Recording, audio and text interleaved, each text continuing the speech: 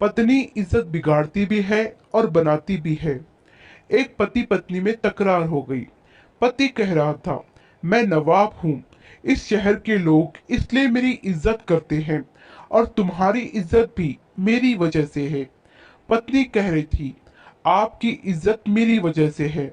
मैं चाहूं तो आपकी इज्जत 1 मिनट में बिगाड़ भी सकती हूँ और बना भी सकती हूँ।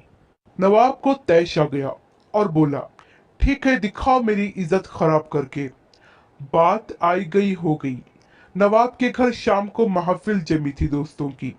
हंसी मजाक हो रहा था कि अचानक नवाब को अपने बेटे की रोने की आवाज आई। वो जोर जोर से रो रहा था और नवाब की पत्नी बुरी तरह से उसे डांट रही थी। नवाब ने जोर से आवाज देकर पूछा कि क्या हुआ बेगम, क्यों डांट रही हो? बेगम ने अंदर से कहा, देखिए ना, आपका बेटा खिचड़ी मांग रहा है और जबकि उसका पेट भी भर चुका है। नवाब ने कहा, दे दो थोड़ी सी और।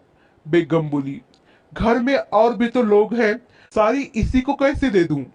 पूरी महफिल शांत हो गई। लोग कानाफूसी करने लगे कि कैसा नवाब है, जरा सी खिचड़ी के लिए इसके घर में झगड़ा होता है। नवाब की पगड़ी उछल गई। सभी लोग चुपचाप उठकर चले गए। नवाब उठकर अपनी बेगम के पास आया और बोला, मैं मान गया, तुमने आज मेरी इज्जत तो उतार दी। लोग भी कैसी कैसी बातें कर रहे थे, अब तुम यही इज्जत वापस लाकर दिखाओ। बेगम बोली, इसमें कौन सी बड़ी बात है? आज जो लोग महफिल में थे उन्हें आप फिर से किसी बहाने से निमंत्रण दीजिए। नवाब ने फिर से सबको बुलाया। बैठक और मौज मस्ती के बहाने सभी मित्रगण बैठे थे। हंसी मजाक चल रहा था कि फिर से वही नवाब के बेटे की रोने की आवाज आई। नवाब ने आवाज देकर पूछा, बेगम क्या हुआ, क्यों रो रहा है हमारा बेटा? बेगम ने कहा, फिर वही खिचड़ी खाने की जिद कर रहा है। लोग फिर एक दूसरे का मुंह देखने लगे कि यार, एक मामूली सी खिचड़ी के लिए इस नवाब के घर पर रोज झगड़ा होता है। नवाब मुस्कुराते हुए बोला, अच्छा बेगम, तुम एक काम करो, तुम खिचड़ी यहाँ लेकर आओ, हम खुद अपने हाथों से अपने बेटे को देंगे, वह मान जाएगा और सभी मेहमानों को भी खिचड़ी खिलाओ। बेगम ने जवाब दिया, जी नवाब साहब। बेगम बैठक खाने में आ गई। पीछे नौकर खाने का सामान सर पर रखकर आ रहा था।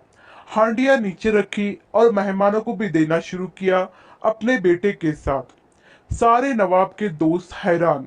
जो परोसा जा रहा था वो चावल की खिचड़ी तो कतई नहीं थी।